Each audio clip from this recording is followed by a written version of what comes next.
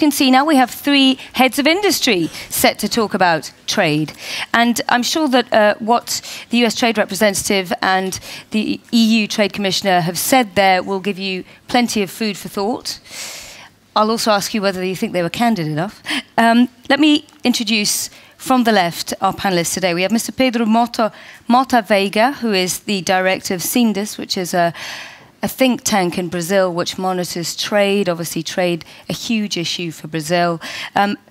We also have on our right here Mr. Heinz, who is the Chief Commercial Officer of Dow Chemical, so the president of its operations here in Europe, Middle East and Africa. Last but not least, in the centre we have Mr. Dave Ricks. He's the president of Lilly Biomedicines.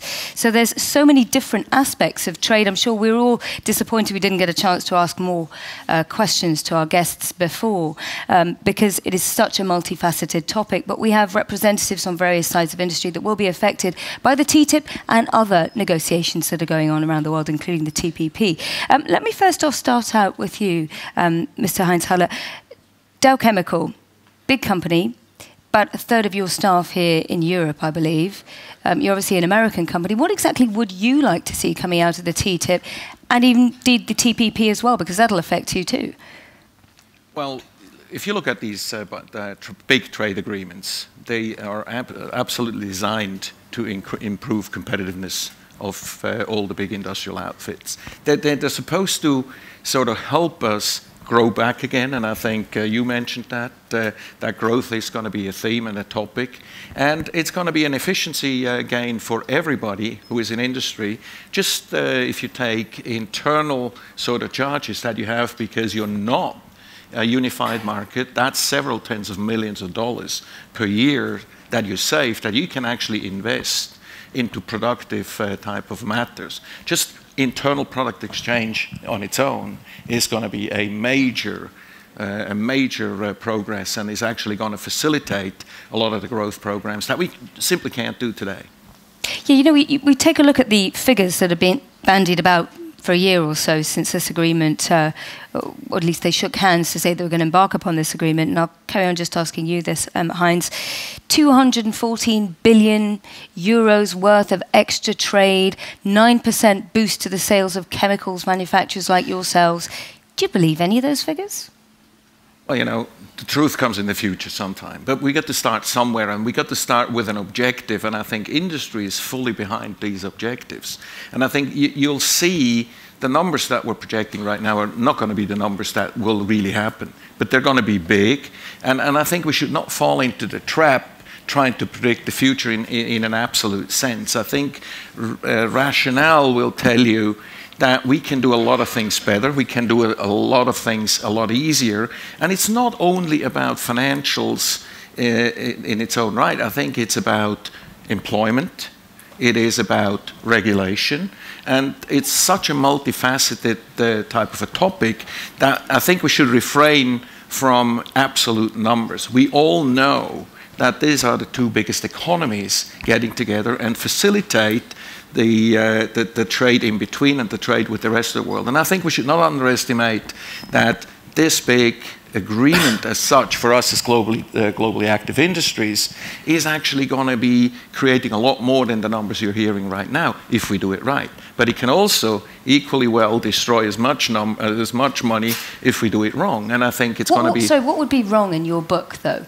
Well, if we try to go and do special type of arrangements per each industrial segment, that we sort of go into every little market and basically try to regulate that too, and that's obviously a risk. And I think industries, and you were asking the question before, with the lobbying efforts that are going on, that we need to make sure that that's not going to be the overwhelming outcome of that, the thing that you basically manage special interests.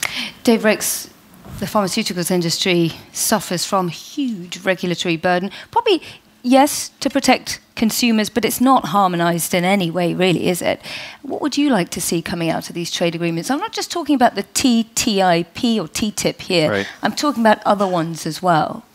Well, we are highly regulated. I would say our industry's view is that we support the regulation we have, but there's a big efficiency opportunity between the US and Europe.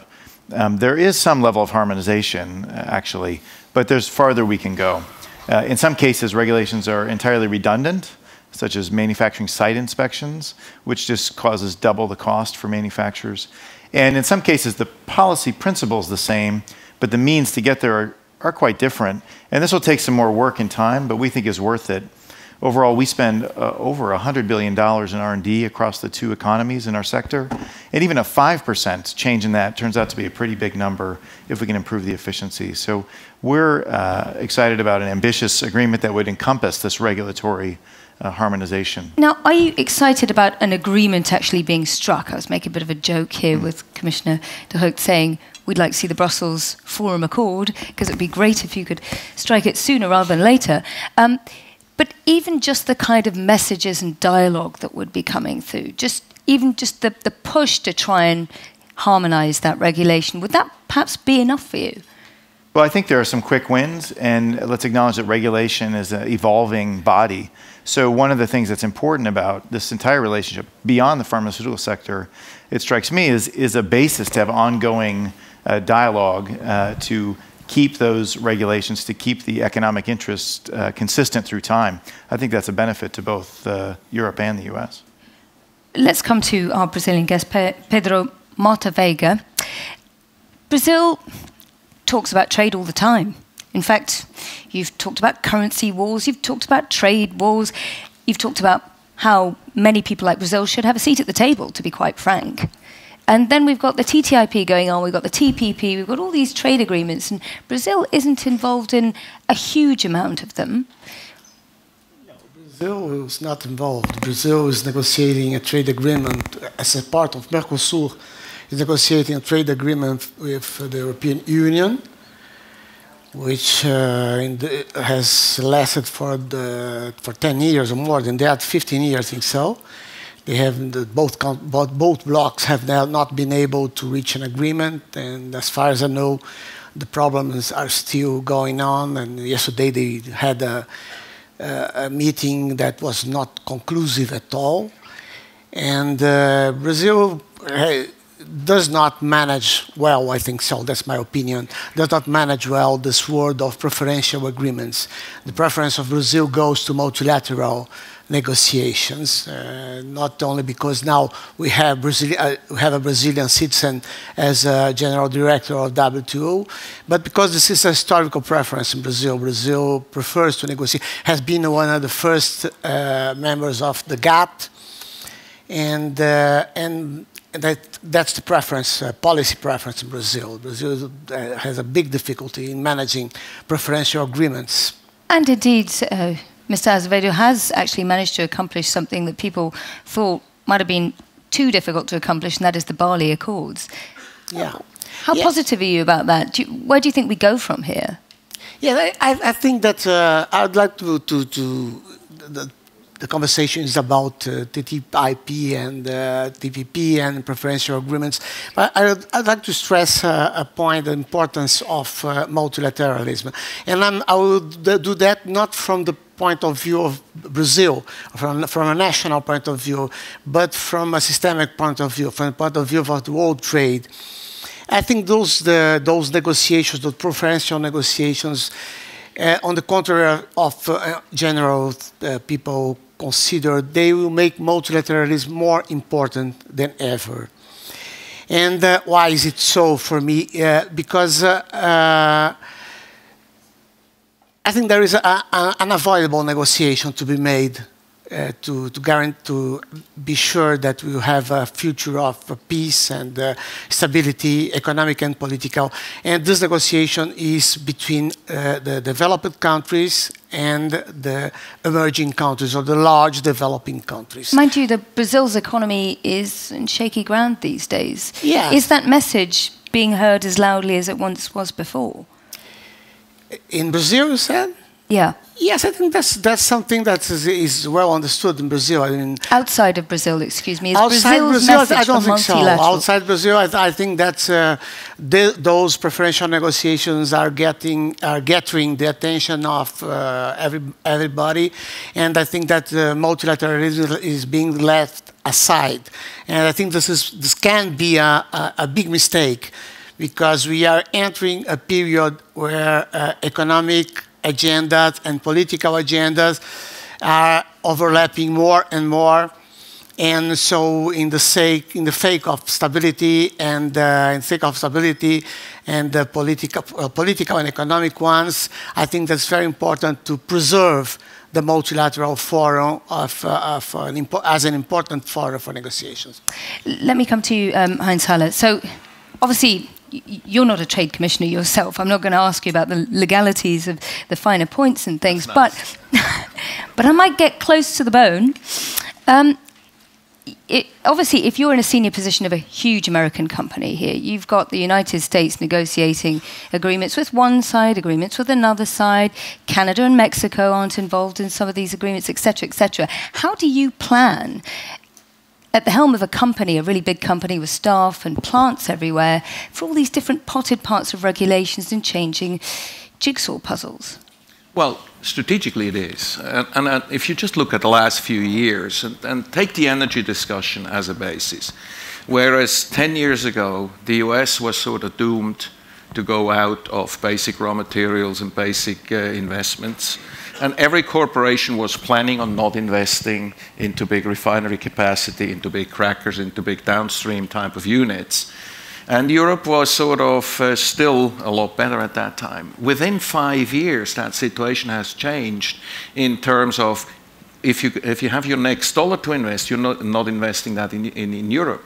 You're investing that in North America. And that's the type of situation, that's just the way of life we are right now. Life will never become the same again, that we have 10-year planning period, 10-year certainty.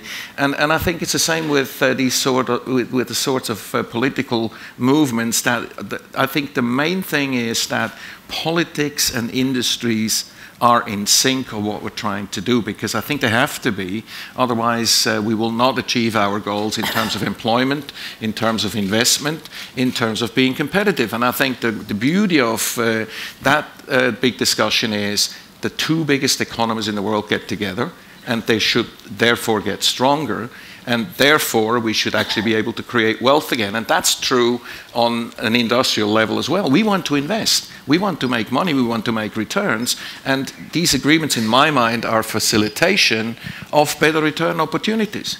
I'm slightly entertained by the fact that you're actually looking at Mr. de Hoogt instead of me when you're answering that question. Mr. de Hoogt, would you like to respond to that? We could have a microphone, please. Thank you. Of course, the exploitation of shale gas is influencing the investments in the chemical industry. No? But it does not necessarily mean that there is no future for chemical industry in Europe anymore.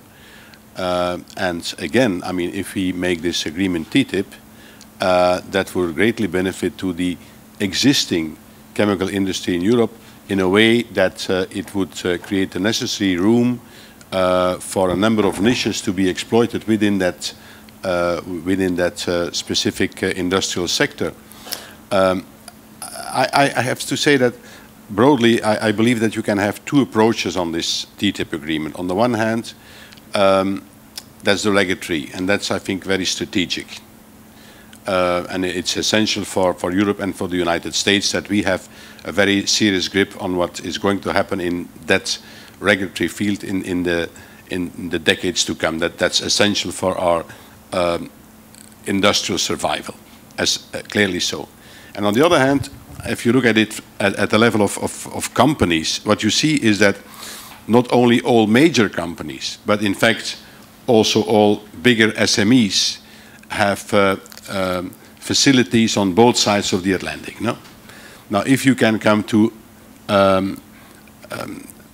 efficiency gains between these two economies, obviously that's going to play very much between the companies belonging to the same corporations on both sides of the Atlantic. I mean, for them it would become one economic environment, and that's, I believe, where at the level of the industry the big gains are, and that will result in more jobs, will result also, I believe, in more economic growth.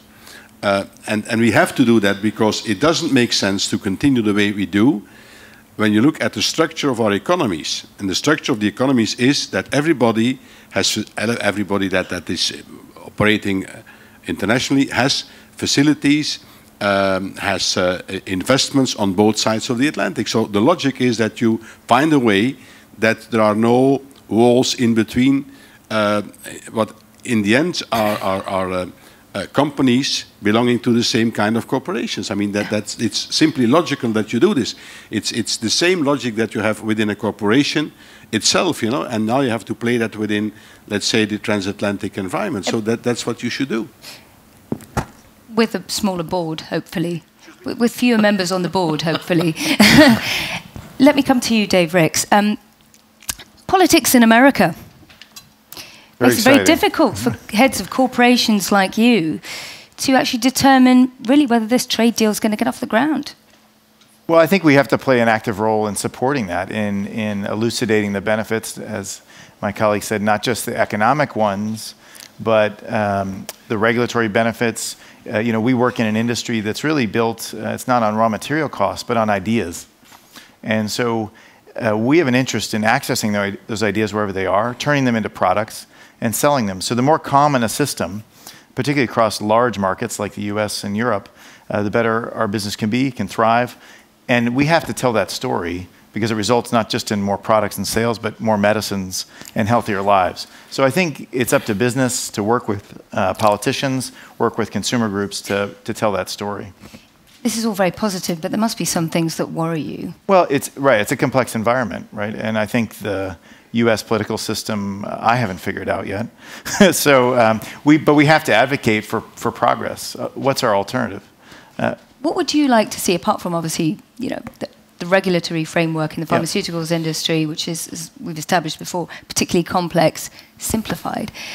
What else would you like to see as somebody who runs a business? Well, I think there's two other key dimensions for us. One is market access, to make sure that these two markets have free and open access. So when a product is available, it's available everywhere, that there's fairness and transparency in that distribution system, and that we can fully access the collective two largest markets in the world. The other piece, which will provide stability, particularly in knowledge-intensive industries like ours, is an IPR chapter or some element of intellectual property that takes the best of both worlds, because both economies have good intellectual property systems. But I think we can raise the global standard by taking the best of both and trying to incorporate those in this agreement as well. And IPR could really, intellectual property rights could really be the thorn in people's sides, couldn't they? They could be really, really difficult to get Well, there are through. opponents to it, but as I said, I think we're starting from two very positive places. What we want is a more predictable environment that we can plan into. And I think if we step back and look at Europe and the US, our future, our children's future, are in companies that make intellectual property products. So it's in our collective interest to make progress there. It's in your collective interests. For those sitting on the outside, just coming back to you, Mr. Pedro de Motta Veiga, as we were saying before, Brazil's on the outside. Brazil has a huge generic pharmaceuticals industry. Wouldn't they be affected negatively by the US and the European Union managing to strike this agreement? I don't know. I cannot answer you because this is a very technical and specific issue on intellectual property rights, and I would not dare making comments on how it could be affected, because Brazil has a lot of foreign investments coming from European and US companies in the country, and there is a reasonable domestic legislation about that. I know that compared to what European people and US people consider to be a perfect or good legislation, is not so much the case in Brazil. But I'm not able to... Sure. I'm not specifically asking about the pharmaceutical sector.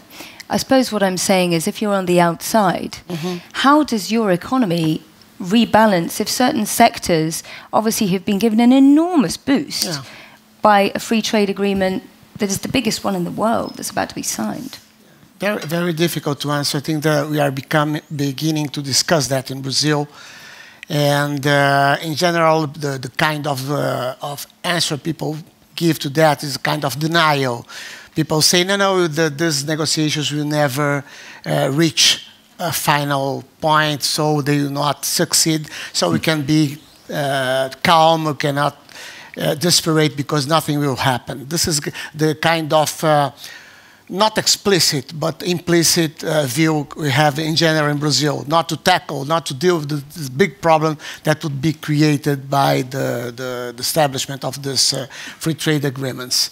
But I'm not sure. I mean, I think it's very, very difficult to establish, to evaluate how it could impact Brazil.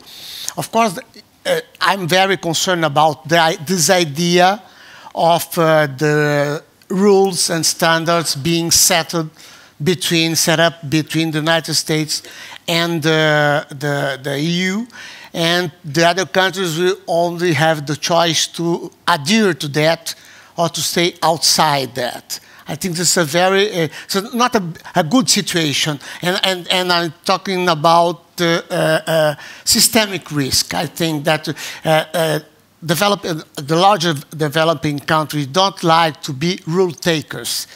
If they see those agreements as essays, efforts from developed countries to sell new rules to them, ready to be bought by them, I think the effect would not be positive for the world trade. Now, I understand the EU Trade Commissioner also wants to make a comment on that. I will allow the microphone in your direction if you promise to be brief, Mr. Ho. No, I have to disagree with our Brazilian friend, because whatever we will do in this agreement will be open. It will not only be valid between the European Union and the United States, it will also be offer possibilities for the rest of the world. And by the way, from the studies, it comes out that the additional benefit for the world at large would be at least 100 billion euros, because also for your companies it would mean that when you approach the European and the American market, you would only have one standard, and now you have two, which means that you have to invest in both. So I cannot see what would be the disadvantage. But if you allow me just for 1 second, I would like to come back to what you said on the preference of Brazil for the multilateral system.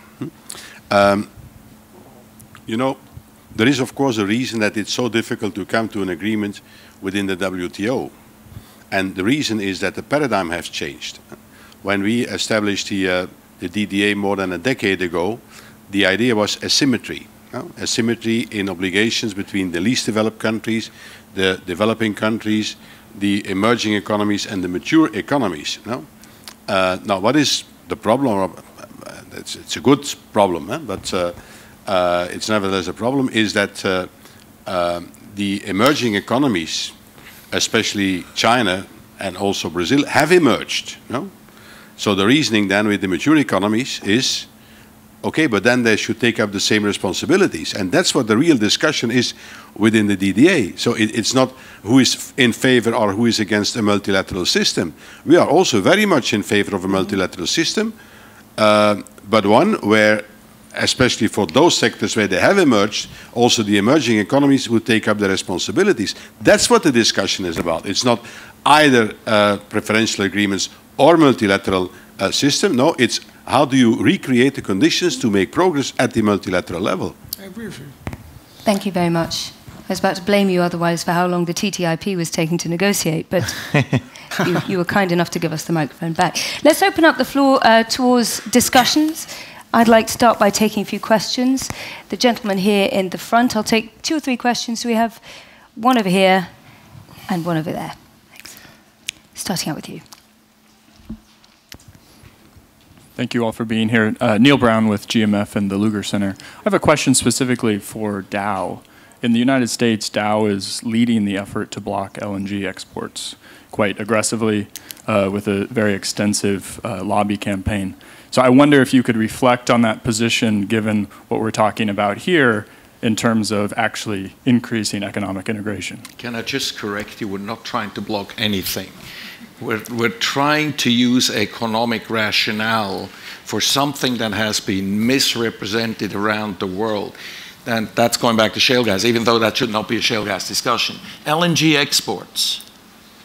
or from anywhere will not solve the short-term problems, because it's not economically putting you on the same footing as North America is as a local producer. The second issue is, how do you want to reindustrialize your region? And the US needs to repatriate a lot of industry. And if it's a lot easier to export ethylene in the form of a pallet than with a gas tanker, so it's not going to solve European problems. It's not going to solve problems in Asia. However, I think the discussion needs to be much broader. The petrochemical industry is a very, very small piece of this. The energy and the fuel industry is much, much bigger, and there is nobody who is saying we should not have free trade in this, but only when it makes economic sense. So, well, it makes geopolitical sense at the moment, doesn't it? Well, if you want to, but then we got to have a different discussion. Do I use these resources as a strategic type of ways of means, not necessarily an economic means? So I think you need to keep those two things separate. We'll come back to that in a minute. Let's take another question, because I'm conscious other people want to have a word.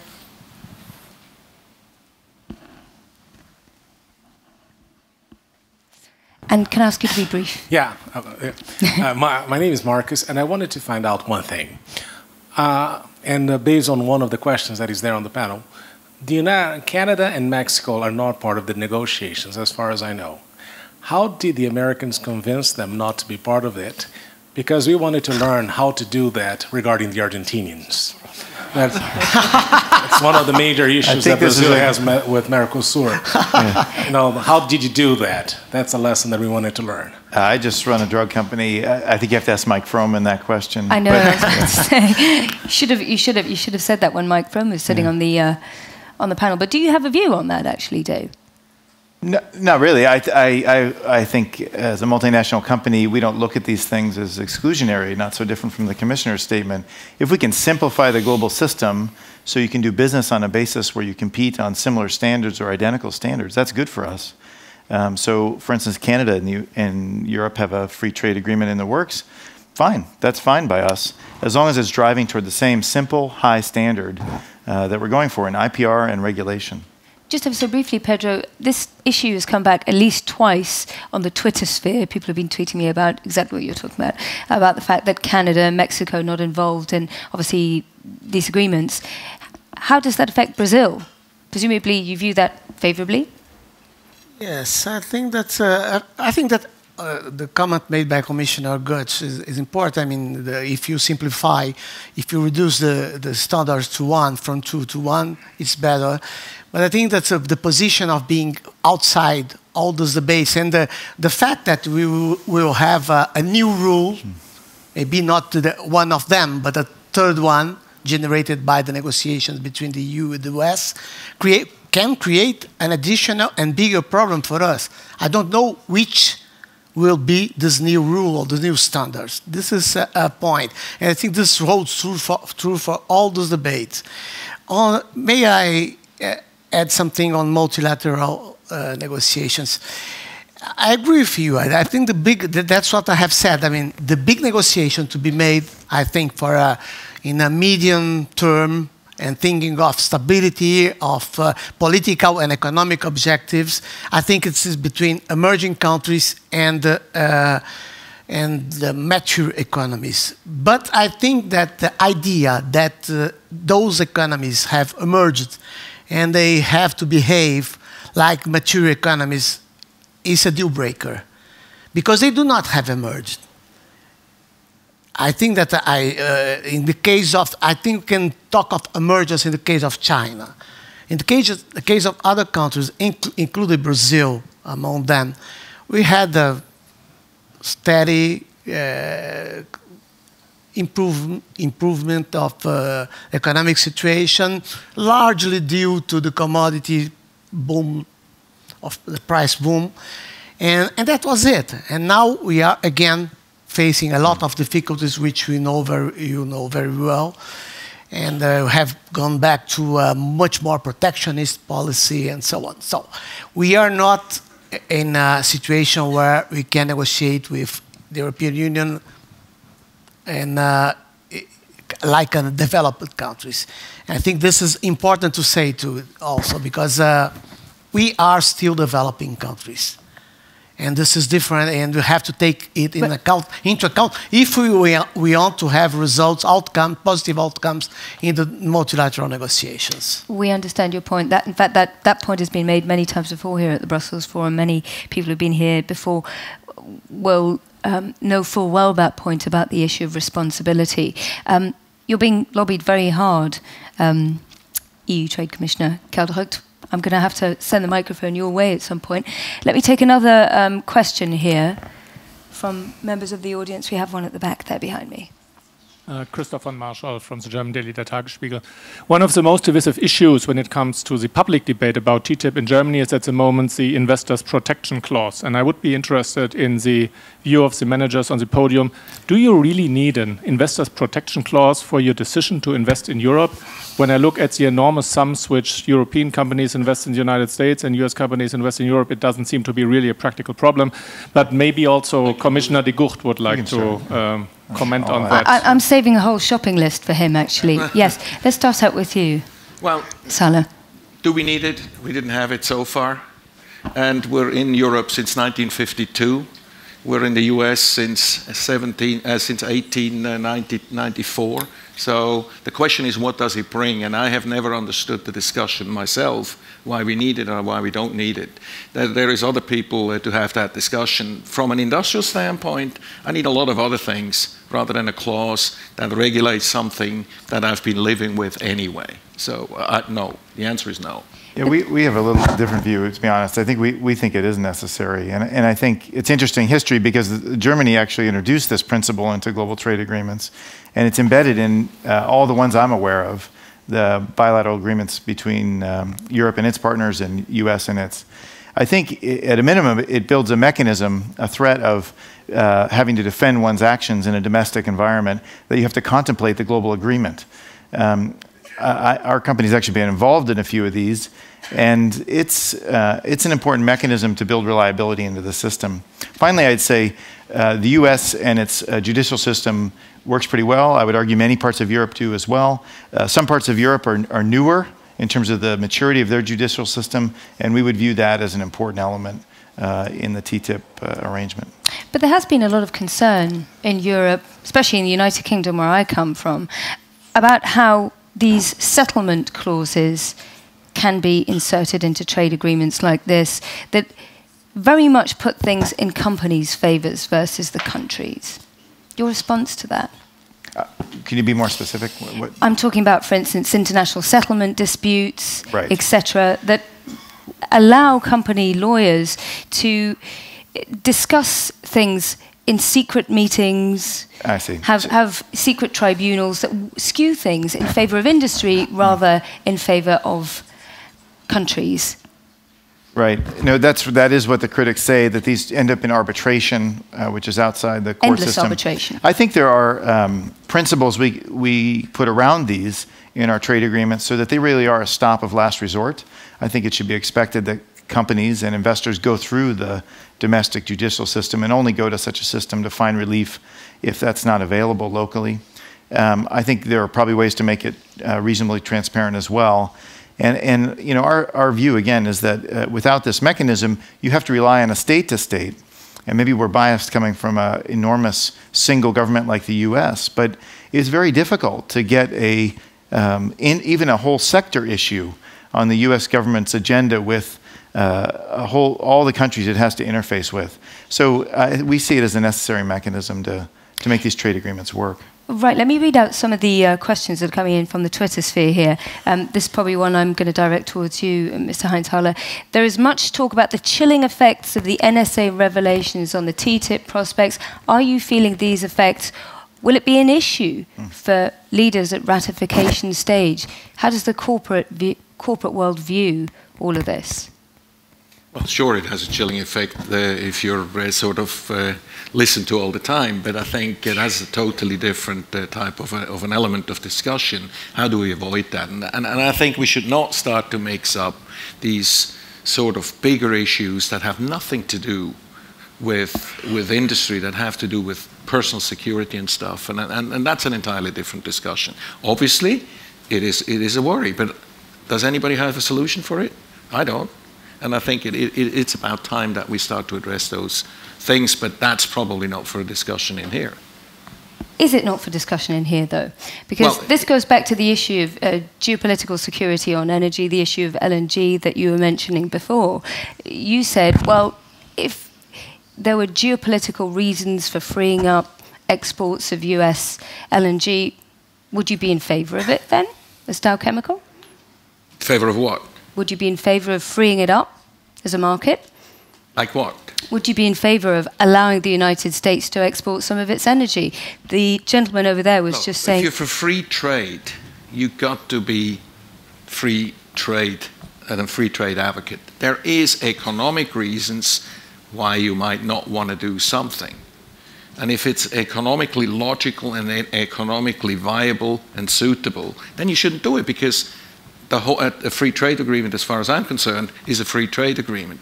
And it should not defeat economic logic. And if it's economic logic, you got to do it. And if it doesn't work, if it doesn't sort out the problems of the other side, then why do it? So you as Dow Chemical would have no problem with that? Well, I have no problem with a free trade agreement, but if it's a free trade agreement that is sort of a hidden subsidy somewhere, then it's not logical. And a subsidy always comes back in the energy sector. Let's take another question from anybody in the room. Anybody else got a question? Please. On this issue, my name is Giangiacomo Mingona and I'm from Italy.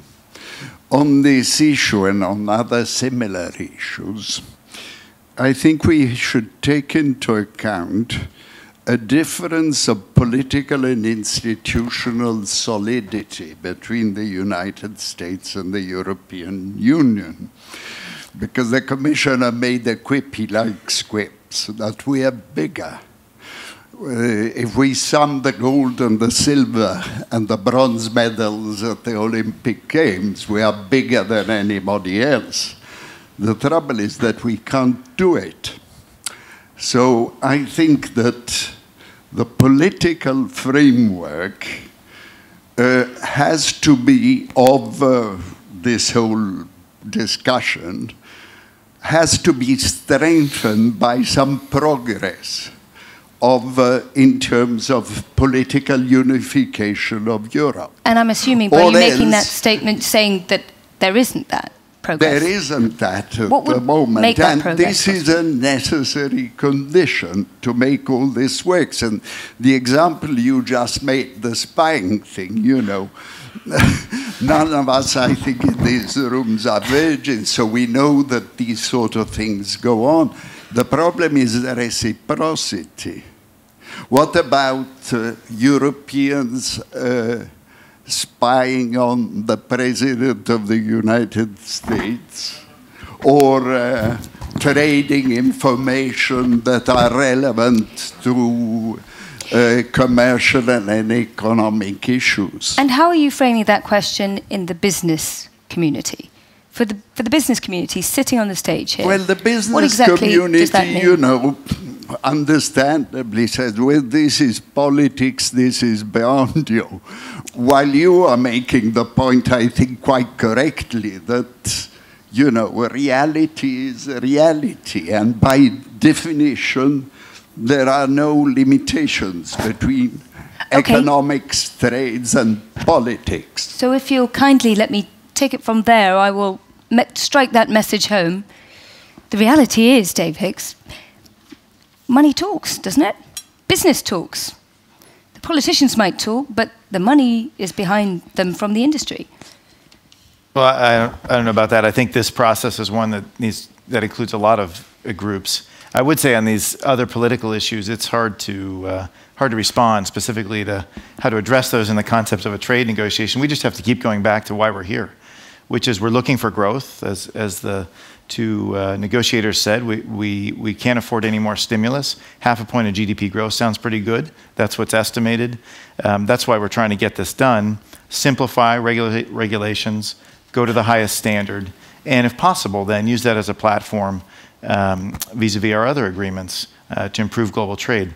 So that's what we need to focus on. I think that we have NSA now, there'll be maybe some other political issue in a year, but if we keep focusing on that core reason to move forward, I think that gives us our best shot. Are you saying that the political class is looking for an excuse to not get this done? There seems to be one coming up every time. Yeah, so I'm speaking as a citizen now. I'm saying there's always political noise about any one thing. But let's go back to the basic and obvious premise that we have two great trading partners. If we can reduce the friction a little bit, we can create enormous wealth on both sides. And that's good for both societies. Now, Mr. Pedro, you must be viewing this with a certain degree of schadenfreude, right? I assume. Sorry? You must be viewing this with a certain embarrassment and interest, watching this discussion about, to a certain extent, how the United States and Europe sometimes don't trust each other, but yet they're about to jump into bed with each other. I think that's very, very difficult to me to intervene in this debate because we are outside and in some sense I'm also a little bit skeptical. I think we're in the very beginning of negotiation. I refer to TTIP, and I have seen episodes before. For instance, the multilateral agreement on investment negotiated in the OECD in the 90s. It was a negotiation exclusively among, of course, developed countries. And they did, the negotiation did not reach an end, a successful end. And I think that we have to wait and see. We are outside the negotiation. We have to wait and see what's going to happen. It's very difficult to estimate, to be a wrong estimation of what can happen to Brazil in this scenario. Okay, I'm going to wrap this panel up with a quick note from each of our panelists about where they think global trade is heading. We seem to be coming out of the recession now, painful as it is. Will the economic cycle really be turning on the downturn by the time we get the TTIP done? Heinz Haller first. Well, look, it is an enormous opportunity that will not fix problems of the past. And you got to have a perspective of looking forward. What can we do better? And I'm absolutely positive that that will give us economic growth back. And it will not give us only economic growth, it'll give us job growth as well. Dave, Rix? Yeah, well, TTIP is in front of us now, and I think it and other bilateral arrangements are what we should act on. I think free trade has gotten us a long way across the planet, whether it be the previous WTO rounds or even the European Union itself. So I think we need more of that, and it can create growth and opportunity for companies and citizens. So it's what we have to work on. And I think we can make progress on this. We may face headwinds from an economic perspective, but I think we're better off with more liberalized trade to face those headwinds. Pedro de Motta Veiga? Yes, I think I'll be a little bit more pessimistic. I think that the political environment where trade negotiations evolve is still very negative. And I think of this political moment that Commissioner Gertz has referred to, the political momentum for negotiations. I'm asking myself, who shares the political momentum? I think business sector has this, is considering that. But when I look at the political system in the EU and the US, when I look at what is happening all around the world, this overlap between political and economic issues, the populism in Europe, economic nationalism in Europe, I think to myself, we are in a still very complicated situation. I don't see the political momentum that is able to push that beyond the negotiation table and toward the civil society and different stakeholders. I think this is my final note on that. So the political system is now out of sync with the economy, and when that starts moving again, they'll still stay out of sync.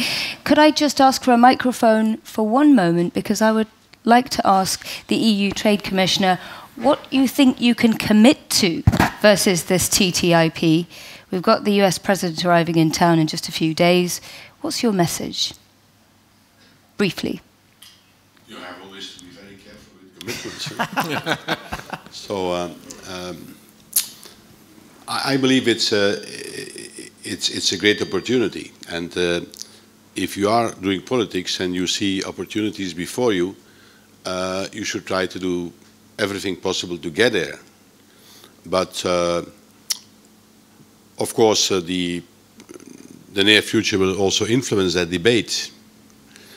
I believe that although obviously there are a number of advantages for businesses, that the only way to make this agreement is on a political basis. You need a political agreement to do it between the United States and Europe, because it goes much further than a normal free trade agreement. And you also see that with the public interest. We have been negotiating over the last years a number of agreements, and they have never really been discussed in the general public, and this one is, because everybody realizes that this is something of another kind. And that's also why you need to demonstrate, I believe, as politicians, that you are in a position to do it and that you are actually doing it, you know, that you are delivering on it. Well, we wish you luck in that endeavour. On that note, thank you very much, gentlemen.